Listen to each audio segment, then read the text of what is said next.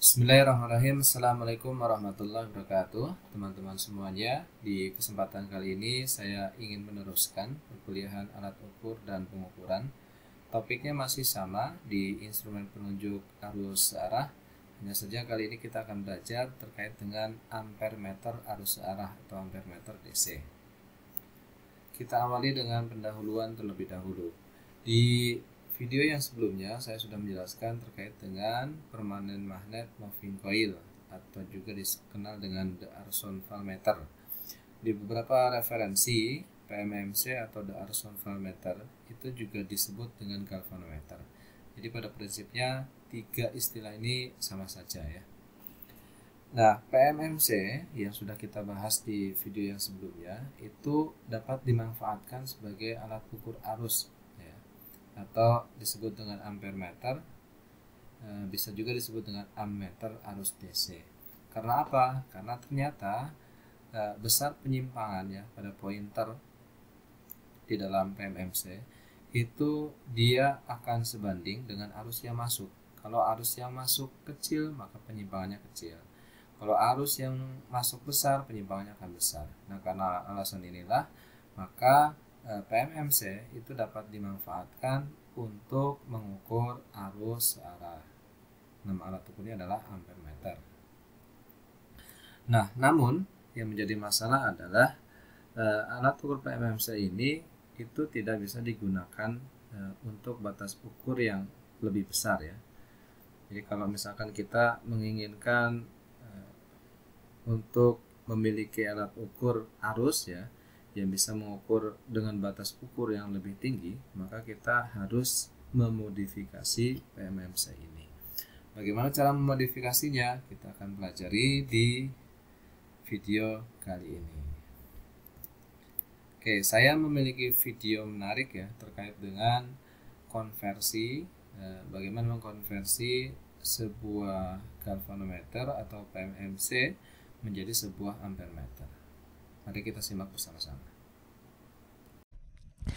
Your friend owns a galvanometer, which you might know detects very tiny amounts of current. In this example, she owns one which can detect a maximum of 10 microamperes of current.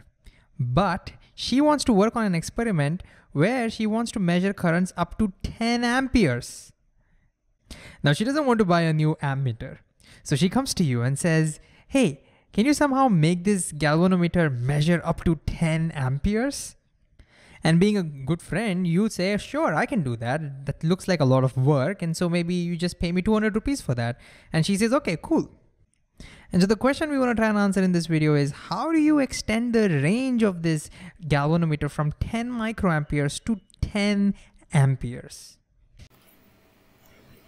Video tadi itu menjelaskan bahwa ada seseorang ya, misalkan si A ini memiliki sebuah galvanometer yang mana batas ukurnya adalah dari 0 sampai dengan 10 mikroampere. Kemudian temannya itu menginginkan memperbesar batas ukur dari galvanometer itu yang awalnya dari 10 mikroampere ke 10 ampere. Jadi batas ukurnya ingin ditinggiin ya. Yang awalnya ordenya mikro menjadi ampere. Now, at first, it might seem like we would have to understand the inner workings of a galvanometer, and we might have to open things up to actually do this. But guess what? We don't. We can actually do this without understanding anything about the inner workings of the galvanometer. All we'll require is some basic knowledge of electricity. So here's how I like to think about it. We want to make sure that when we send 10 amps of current, 10 amps of current through this galvanometer, the reading should show 10. If we can achieve this, we are done. And of course, we can get rid of that micro, we can change that sticker over there. That's not a big deal. We are done. And the reason we are done is because if we achieve this, then if there are lower currents, say for example, if there is 5 amperes of current that is going through, then automatically the deflection will become half, right? The deflection is proportional to the current. So all we have to do is basically achieve this. When 10 amperes goes, the deflection should show 10. But remember, in reality, this galvanometer will only show 10 as a deflection when only 10 microamperes goes through this. So in other words, What we need to do is when 10 amperes is flowing into this galvanometer, somehow we need to ensure that only 10 microampere actually flows through the galvanometer. Does that make sense? This is what we need to achieve. And the question now is, how do we do that? I mean, how do I make sure when I'm sending 10 amperes through a wire, only 10 microamperes flows there? I mean, where will the rest of the current flow? Ooh, what we can do is we can introduce an alternate path. Video tadi menjelaskan bahwa pada saat seseorang itu menginginkan sebuah ampermeter dengan batas ukur 10 ampere, maka penunjukan pada jarum galvanometer itu harus menunjukkan ke angka 10 ya, dan satuannya adalah ampere bukan mikroampere. Kemudian pada saat arus yang masuk misalkan 5 ampere, maka penunjukan pada jarum galvanometer itu harus menuju ke angka 5, satuannya adalah ampere. Nah, ini tidak mungkin terjadi ketika galvanometer ini tidak dimodifikasi. Karena apa? Karena kalau tidak dimodifikasi dengan arus sebesar 10 mikroampere saja, si galvanometernya itu dia sudah menunjukkan skala yang tertinggi atau skala maksimum, yaitu sebesar 10 mikroampere. Jadi kalau misalkan lebih tinggi dari 10 mikroampere, bisa misalkan 15 mikroampere, 20 mikroampere, 30 mikroampere, atau tingginya lebih tinggi dari itu, penunjukannya dia akan tetap sama, yaitu 10 mikroampere. Sehingga dibutuhkan yang namanya adalah modifikasi. Bagaimana modifikasinya? Ada di video yang selanjutnya ini penjelasannya. We can introduce a path like this in parallel this way, such that the rest of the current flows through this.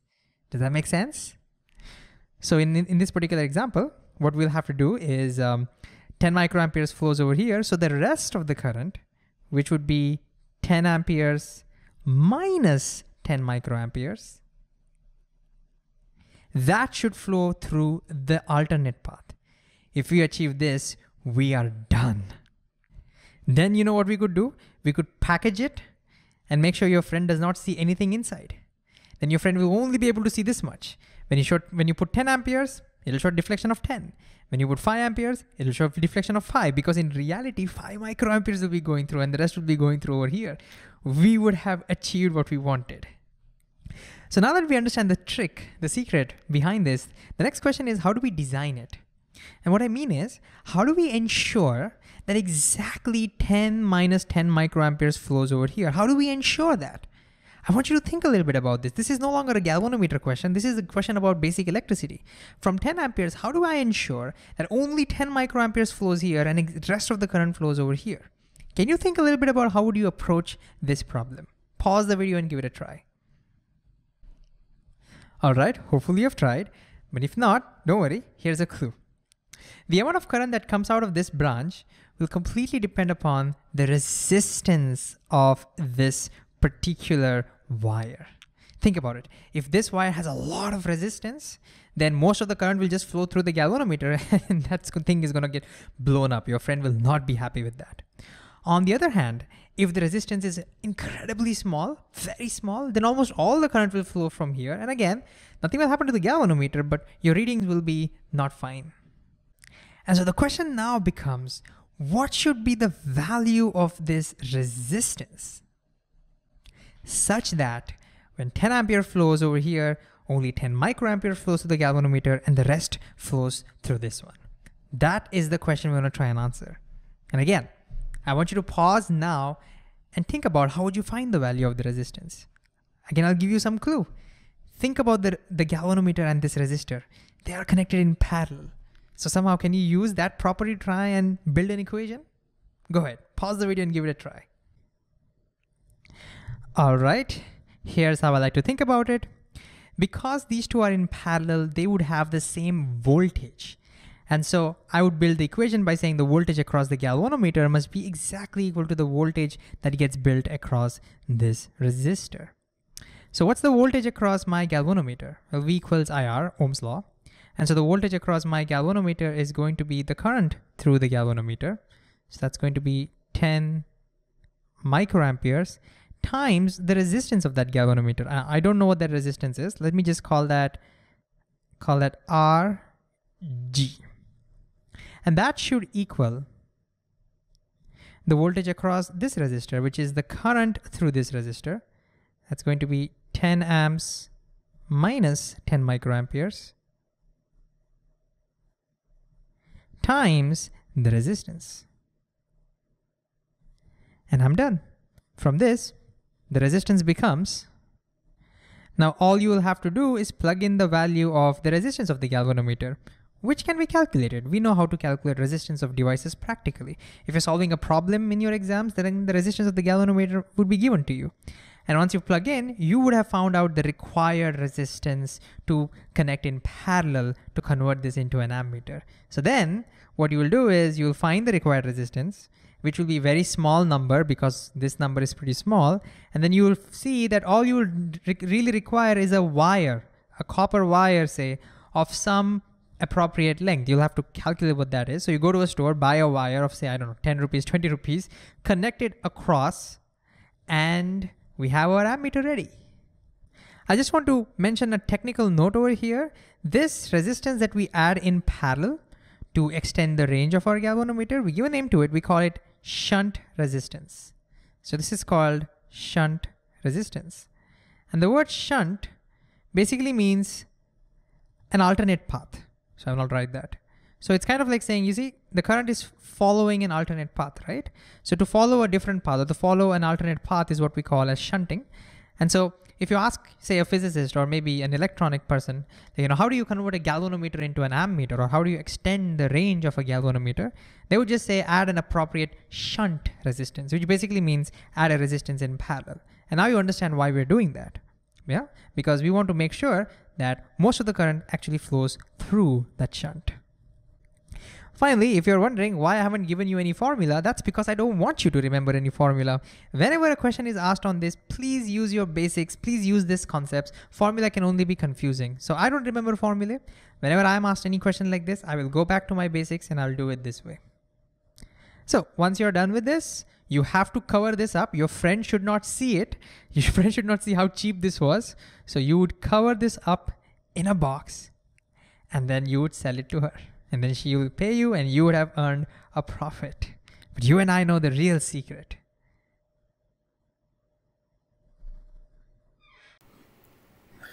Di video tadi menjelaskan bahwa cara yang dilakukan adalah dengan menambahkan hambatan baru ya, hambatan baru namanya Shunt resistance, atau dalam bahasa Indonesianya adalah hambatan Shunt, yang mana hambatan Shunt ini dihubungkan secara paralel dengan galvanometernya. Nah, nanti efeknya apa? Efeknya adalah nanti arusnya akan terbagi.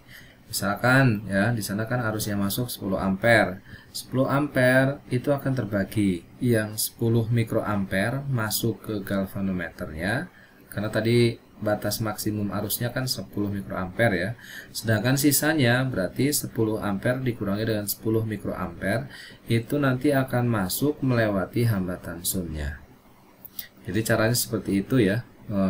Untuk meningkatkan atau memperbesar batas ukur dari ampere meter, caranya adalah dengan menambahkan sebuah hambatan namanya hambatan Shunt, yang mana hambatan Shunt ini dihubungkan dengan galvanometer secara paralel. Nah, sekarang saya akan balik lagi ke slide ya untuk melengkapi penjelasan yang tadi ada di video.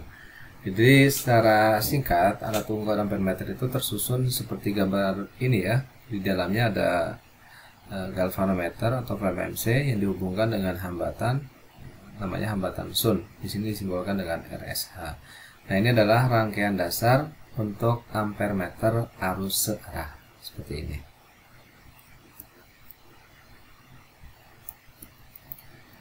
Nah, kemudian selanjutnya kita akan mempelajari ya persamaan pada ampere meter arus searah. Nah, di sini ada beberapa besaran. Yang pertama adalah RSH. RSH ini adalah hambatan Shunt. Kemudian ada RC. RC ini adalah hambatan internal ya dari pergerakan alat ukur. Jadi ini kan galvanometer ya, dia punya hambatan. Besar hambatannya itu adalah RC, di sini disimbolkan dengan RC.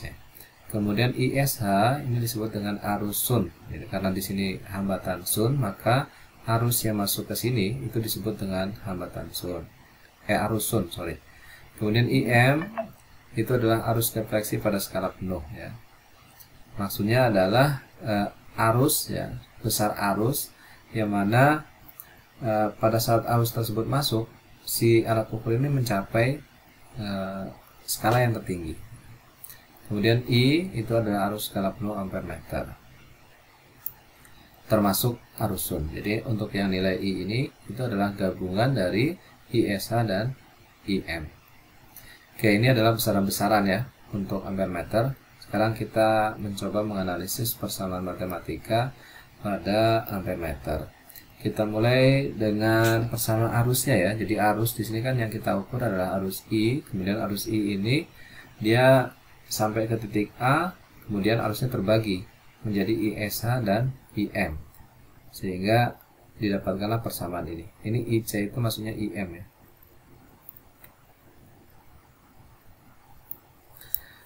Nah, kemudian setelah itu dengan menerapkan hukum Ohm, maka VAB sama dengan ICRC sama dengan ISH dikali dengan RSH. Jadi kalau kita mengingat kembali bagaimana sifat tegangan ya pada sebuah rangkaian yang paralel, maka tegangannya kan sama ya. Kalau kita lihat rangkaian ini antara RSH dan RC itu kan dia dihubungkan secara paralel, sehingga tegangan pada RC dan tegangan pada RSH itu nilainya sama. Rumus tegangan apa? Tegangan itu kan I kali R. Oleh karena itu untuk tegangan pada RC berarti kan IC dikali RC. Tegangan pada RSH berarti ISH dikali dengan RSH. Nah, kemudian kalau persamaan yang ini saya modifikasi, kemudian saya keluarkan ISH-nya, maka menjadi seperti ini ya.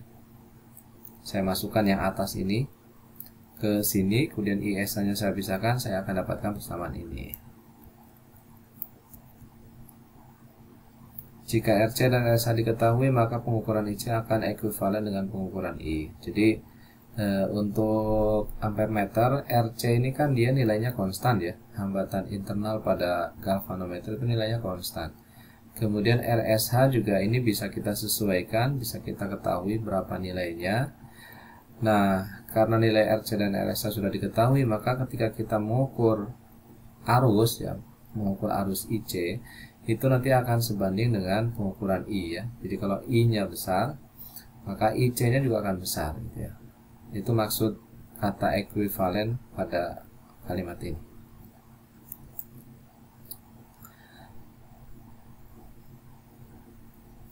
Selanjutnya I akan sebanding dengan IC, yang mana juga akan sebanding dengan defleksi pada jarum penunjuk. Kemudian dengan mengganti hambatan Sun yang berbeda, maka range pengukuran dapat berubah. Jadi ketika RSH ini saya ganti, misalkan dari yang terkecil ke yang besar, maka nanti akan berefek pada berubahnya batas ukur pada ampere meter. Nah, kemudian untuk menentukan hambatan Sun, kita dapat menggunakan persamaan ini, RSH sama dengan VSH dibagi dengan ISH. Kemudian untuk VSH-nya itu adalah IC kali RC dibagi dengan ISH. Kenapa seperti ini? Ini dari sifat tegangan tadi ya. Nah, kemudian ini kalau diuraikan menjadi IC dibagi dengan ISH-nya adalah I dikurangi dengan IC ya. Tadi dari sini kan ya. ISH sama dengan I kurang IC. Kemudian setelah itu dikalikan dengan RC. Nah, ini adalah persamaan untuk menentukan berapa besar hambatan Sun untuk membuat sebuah alat ukur ampere meter dengan batas ukur tertentu. Untuk lebih jelasnya di sini ada contoh ya, ada dua contoh soal. Kita akan menjawab dua contoh soal ini. Oke, ini soalnya. Kita jawab yang soal nomor 1 dulu. Hitunglah nilai hambatan Sun yang dibutuhkan untuk mengkonversi ampere meter 1 mA dengan hambatan internal 100 ohm ke dalam rentang 0 sampai 10 miliampere. Dari sini yang diketahui adalah yang pertama mengkonversi ampere meter 1 miliampere. Nah, di sini ada satuan miliampere, berarti ini menunjukkan nilai arus ya. Hingga sekarang arusnya arus apa? Nah, ini adalah nilai arus IC ya. Arus maksimum si galvanometer ya. Jadi dengan 1 miliampere galvanometernya dia sudah maksimum skalanya. Kemudian di sini ada hambatan internal. Ini berarti menunjukkan nilai RC ya. Ke dalam rentang 0 sampai dengan 10 miliampere. 10 di sini itu menunjukkan batas ukurnya. Berarti menunjukkan nilai yang ini ya, nilai I yang ini. Nah, berarti untuk soal ini yang diketahui adalah yang pertama adalah IC-nya, kemudian yang kedua adalah RC, dan yang ketiga adalah I-nya. Nah, sekarang yang ditanyakan adalah nilai RSH-nya. Kita gunakan persamaan yang ini ya. RSH gitu kan, persamaan ini. Oke, ini persamaannya RSH sama dengan IC dibagi I min IC dikali RC. IC-nya 1 miliampere dibagi dengan 10 miliampere min 1 miliampere dikali dengan 100 ohm. Maka nilai RSH-nya itu sama dengan 1 miliampere dibagi dengan 10 kurangi 1 berarti 9 miliampere dikali 100 ohm. Miliampernya ini bisa dicoret sehingga RSH-nya menjadi 1 kali 1000 ohm ya. 100 kali 100 ohm berarti 100 ohm dibagi dengan 9, hasilnya adalah 11,11 ohm. Nah, ini adalah nilai hambatan Sun ya, nilai hambatan Sun, supaya si ampere meter ini dia batas ukurnya naik dari yang awalnya 1 miliampere ya pada saat belum ada hambatan Sunnya menjadi 10 miliampere. Dibutuhkan nilai RSH sebesar 11,11 ohm. Nah, sekarang kita akan menjawab soal nomor 2. Sebuah alat ukur 1 miliampere. Ini berarti nilai IC-nya 1 miliampere dengan tahanan dalam 100 ohm. Ini berarti nilai RC-nya akan diubah menjadi 0 sampai 100 miliampere. Nah, ini berarti menunjukkan nilai I-nya ya. Dia yang awalnya 1 miliampere sudah maksimum ya, ingin dirubah menjadi batas ukurnya 100. Berarti ini arusnya masuk 100 miliampere baru dia maksimum gitu ya. Kemudian tentukan nilai tahanan Sun-nya. Ini juga yang ditanyakan sama ya, nilai RSH. Kita bisa gunakan persamaan tadi. RSH sama dengan IC dibagi I min IC dikali RC. Dimasukkan besaran yang sudah diketahui. IC-nya 1 miliampere per 100 miliampere min 1 miliampere kali 100 ohm. Maka nanti akan diperoleh nilai RSH-nya sama dengan 1,01 ohm.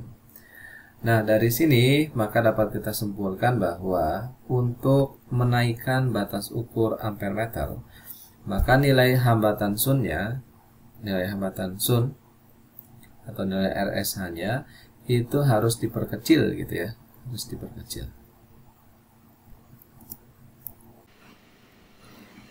Selanjutnya terkait dengan Ayrton Sun ya, atau universal Sun. Ayrton Sun atau universal Sun itu merupakan ampere meter yang mana dia itu memiliki lebih dari satu batas ukur ya, yang menemukan si William Edward Ayrton. Hanya saja untuk materi ini tidak saya jelaskan di video yang sekarang karena nanti waktunya akan lebih panjang ya. Saya akan jelaskan di pertemuan yang selanjutnya.